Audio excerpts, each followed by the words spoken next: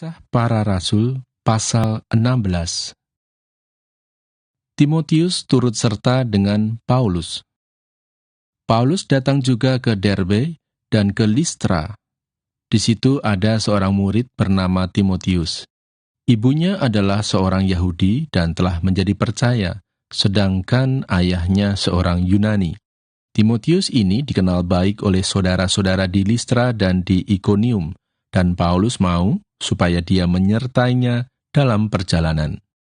Paulus menyuruh menyunatkan dia karena orang-orang Yahudi di daerah itu, sebab setiap orang tahu bahwa bapaknya adalah orang Yunani. Paulus menyeberang ke Makedonia.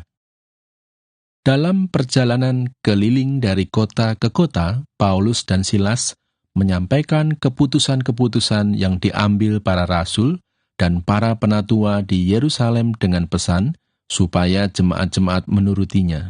Demikianlah jemaat-jemaat diteguhkan dalam iman dan makin lama makin bertambah besar jumlahnya.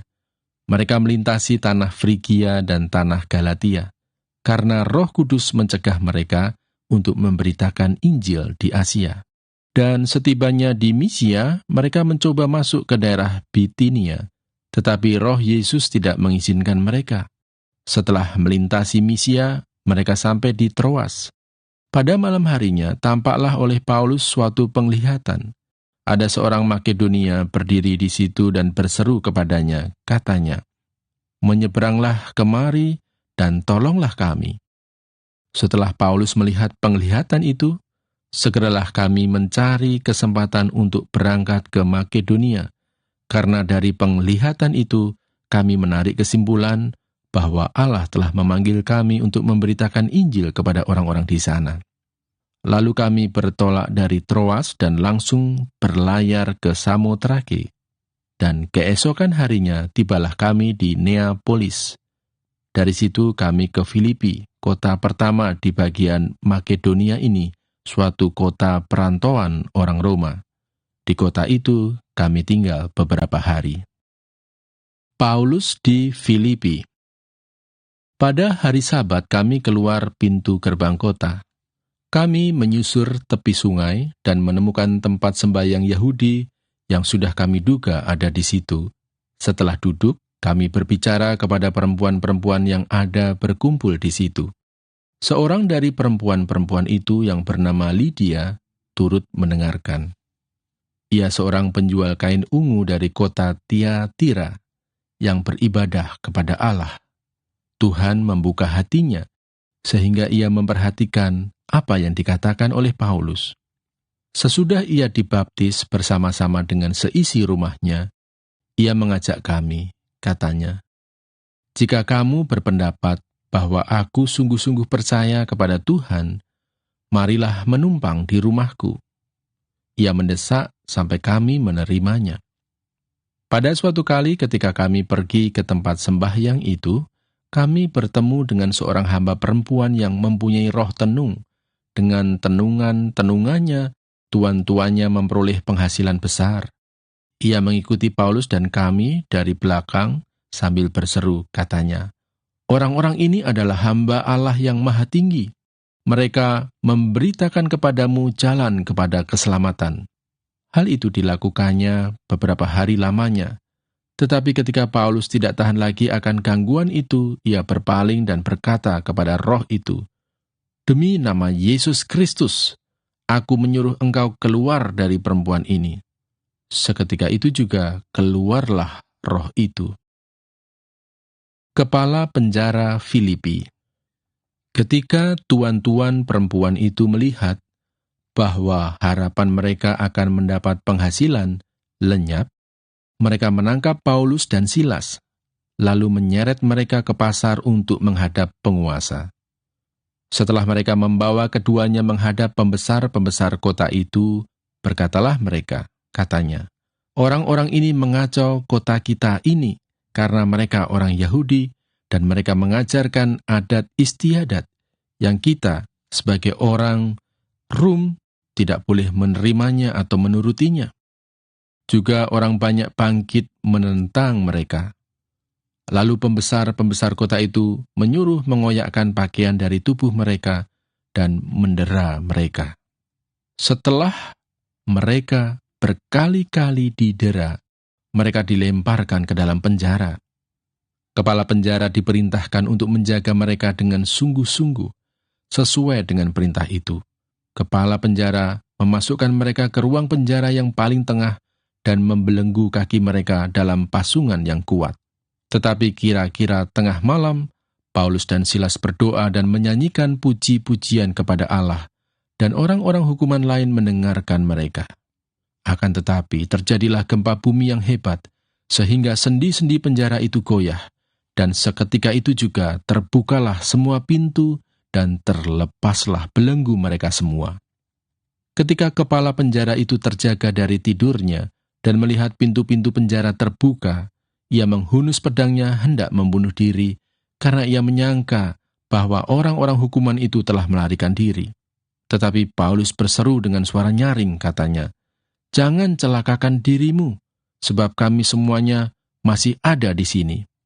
Kepala penjara itu menyuruh membawa suluh, lalu berlari masuk, dan dengan gemetar tersungkurlah ia di depan Paulus dan Silas. Ia mengantar mereka keluar sambil berkata, "Tuan-tuan, apakah yang harus aku perbuat supaya aku selamat?" Jawab mereka, "Percayalah kepada Tuhan Yesus Kristus, dan engkau akan selamat, engkau dan seisi rumahmu."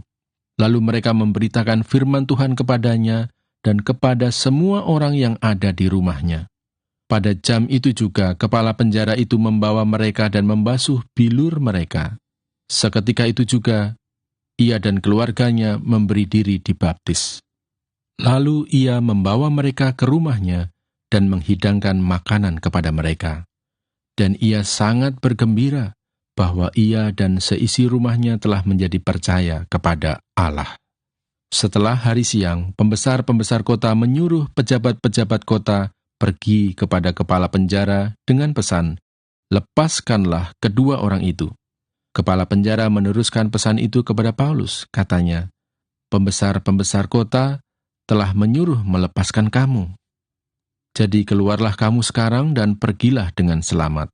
Tetapi Paulus berkata kepada orang-orang itu, "Tanpa diadili, mereka telah mendera kami, warga negara Roma, di muka umum, lalu melemparkan kami ke dalam penjara.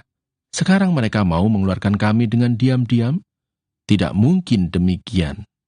Biarlah mereka datang sendiri dan membawa kami keluar." Pejabat-pejabat itu menyampaikan perkataan itu kepada pembesar-pembesar kota. Ketika mereka mendengar bahwa Paulus dan Silas adalah orang Rom, maka takutlah mereka. Mereka datang minta maaf, lalu membawa kedua rasul itu keluar dan memohon supaya mereka meninggalkan kota itu. Lalu mereka meninggalkan penjara itu dan pergi ke rumah Lydia. Dan setelah bertemu dengan saudara-saudara di situ dan menghiburkan mereka, berangkatlah kedua rasul itu. Rasul pasal 17. Keributan di Tesalonika. Paulus dan Silas mengambil jalan melalui Amfipolis dan Apolonia dan tiba di Tesalonika. Di situ ada sebuah rumah ibadat orang Yahudi. Seperti biasa, Paulus masuk ke rumah ibadat itu. 3 hari Sabat berturut-turut, ia membicarakan dengan mereka bagian-bagian dari kitab suci. Ia menerangkannya kepada mereka dan menunjukkan bahwa Mesias harus menderita dan bangkit dari antara orang mati. Lalu ia berkata, "Inilah Mesias, yaitu Yesus yang kuberitakan kepadamu." Beberapa orang dari mereka menjadi yakin dan menggabungkan diri dengan Paulus dan Silas, dan juga sejumlah besar orang Yunani yang takut kepada Allah, dan tidak sedikit perempuan-perempuan terkemuka. Tetapi orang-orang Yahudi menjadi iri hati, dan dengan dibantu oleh beberapa penjahat dari antara petualang-petualang di pasar, mereka mengadakan keributan dan mengacau kota itu. Mereka menyerbu rumah Yason dengan maksud untuk menghadapkan Paulus dan Silas kepada sidang rakyat. Tetapi ketika mereka tidak menemukan keduanya, mereka menyeret Yason dan beberapa saudara ke hadapan pembesar-pembesar kota sambil berteriak, katanya, "Orang-orang yang mengacaukan seluruh dunia telah datang juga kemari, dan Yason menerima mereka menumpang di rumahnya. Mereka semua bertindak melawan ketetapan-ketetapan Kaisar dengan mengatakan bahwa ada seorang raja lain, yaitu Yesus. Ketika orang banyak dan pembesar-pembesar kota mendengar semuanya itu, mereka menjadi gelisah. Tetapi setelah mereka mendapat jaminan dari Yason dan dari saudara-saudara lain, mereka pun dilepaskan. Paulus dan Silas di Berea. Tetapi pada malam itu juga, segera saudara-saudara di situ menyuruh Paulus dan Silas berangkat ke Berea. Setibanya di situ, pergilah mereka ke rumah ibadat orang Yahudi. Orang-orang Yahudi di kota itu lebih baik hatinya daripada orang-orang Yahudi di Tesalonika, karena mereka menerima firman itu dengan segala kerelaan hati, dan setiap hari mereka menyelidiki kitab suci untuk mengetahui apakah semuanya itu benar demikian. Banyak di antara mereka yang menjadi percaya, juga tidak sedikit di antara perempuan-perempuan terkemuka dan laki-laki Yunani. Tetapi ketika orang-orang Yahudi dari Tesalonika tahu bahwa juga di Berea telah diberitakan firman Allah oleh Paulus, datang jugalah mereka ke sana, menghasut dan menggelisahkan hati orang banyak. Tetapi saudara-saudara menyuruh Paulus segera berangkat menuju ke pantai laut, tetapi Silas dan Timotius masih tinggal di Berea. Orang-orang yang mengiringi Paulus menemaninya sampai di Athena, lalu kembali dengan pesan kepada Silas dan Timotius, supaya mereka selekas mungkin datang kepadanya. Paulus di Athena. Sementara Paulus menantikan mereka di Athena, sangat sedih hatinya karena ia melihat bahwa kota itu penuh dengan patung-patung berhala. Karena itu di rumah ibadat ia bertukar pikiran dengan orang-orang Yahudi dan orang-orang yang takut akan Allah, dan di pasar setiap hari dengan orang-orang yang dijumpainya di situ. Dan juga beberapa ahli pikir dari golongan Epikuros dan Stoa bersoal jawab dengan dia, dan ada yang berkata, apakah yang hendak dikatakan si peleter ini? Tetapi yang lain berkata, rupa-rupanya ia adalah pemberita ajaran dewa-dewa asing, sebab ia memberitakan Injil tentang Yesus dan tentang kebangkitannya. Lalu mereka membawanya menghadap sidang Areopagus dan mengatakan, bolehkah kami tahu ajaran baru mana yang kau ajarkan ini?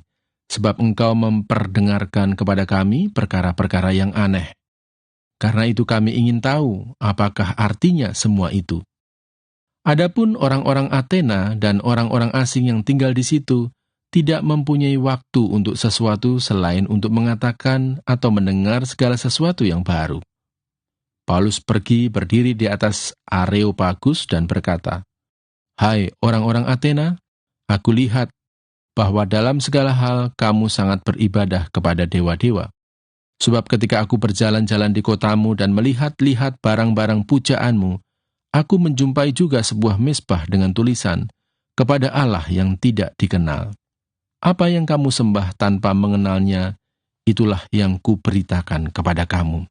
Allah yang telah menjadikan bumi dan segala isinya, Ia yang adalah Tuhan atas langit dan bumi, tidak diam dalam kuil-kuil buatan tangan manusia, dan juga tidak dilayani oleh tangan manusia, seolah-olah Ia kekurangan apa-apa, karena Dialah yang memberikan hidup dan nafas dan segala sesuatu kepada semua orang. Dari satu orang saja, Ia telah menjadikan semua bangsa dan umat manusia untuk mendiami seluruh muka bumi, dan Ia telah menentukan musim-musim bagi mereka dan batas-batas kediaman mereka, supaya mereka mencari Dia dan mudah-mudahan menjamah dan menemukan Dia, walaupun Ia tidak jauh dari kita masing-masing. Sebab di dalam Dia kita hidup, kita bergerak, kita ada, seperti yang telah juga dikatakan oleh pujangga-pujanggamu. Sebab kita ini dari keturunan Allah juga. Karena kita berasal dari keturunan Allah, kita tidak boleh berpikir bahwa keadaan ilahi sama seperti emas atau perak atau batu, ciptaan kesenian dan keahlian manusia.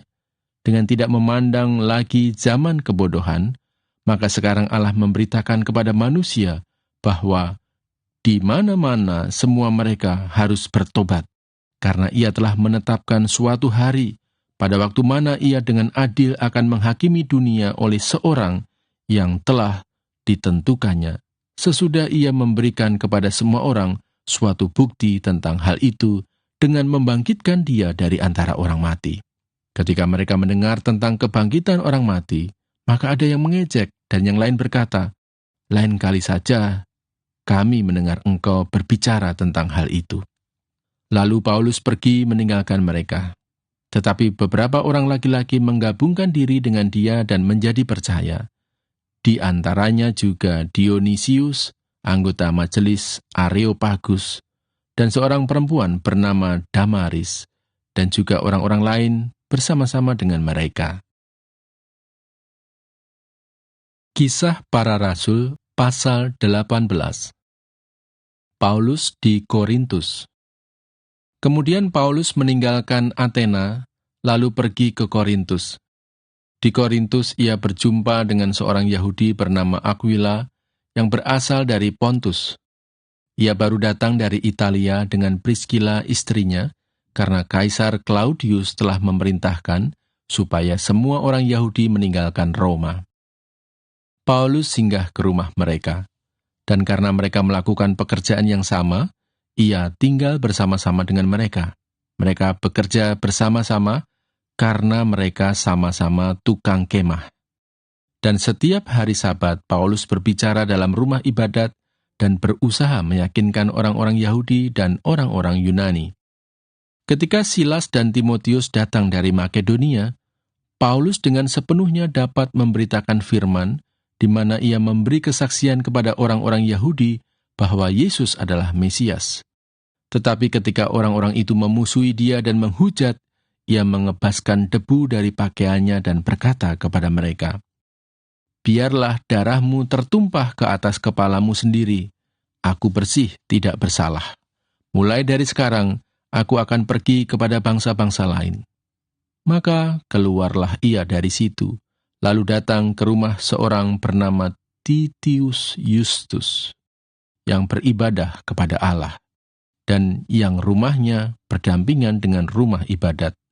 Tetapi Krispus, kepala rumah ibadat itu, menjadi percaya kepada Tuhan bersama-sama dengan seisi rumahnya, dan banyak dari orang-orang Korintus yang mendengarkan pemberitaan Paulus menjadi percaya dan memberi diri mereka dibaptis. Pada suatu malam berfirmanlah Tuhan kepada Paulus di dalam suatu penglihatan, "Jangan takut, teruslah memberitakan firman dan jangan diam, sebab aku menyertai engkau, dan tidak ada seorang pun yang akan menjamah dan menganiaya engkau, sebab banyak umatku di kota ini." Maka tinggallah Paulus di situ selama 1 tahun 6 bulan, dan ia mengajarkan firman Allah di tengah-tengah mereka. Akan tetapi setelah Galio menjadi gubernur di Akaya, bangkitlah orang-orang Yahudi bersama-sama melawan Paulus, lalu membawa dia ke depan pengadilan. Kata mereka, "Ia ini berusaha meyakinkan orang untuk beribadah kepada Allah dengan jalan yang bertentangan dengan hukum Taurat." Ketika Paulus hendak mulai berbicara, berkatalah Galio kepada orang-orang Yahudi itu, "Hai orang-orang Yahudi, jika sekiranya dakwaanmu mengenai suatu pelanggaran atau kejahatan, sudahlah sepatutnya aku menerima perkaramu.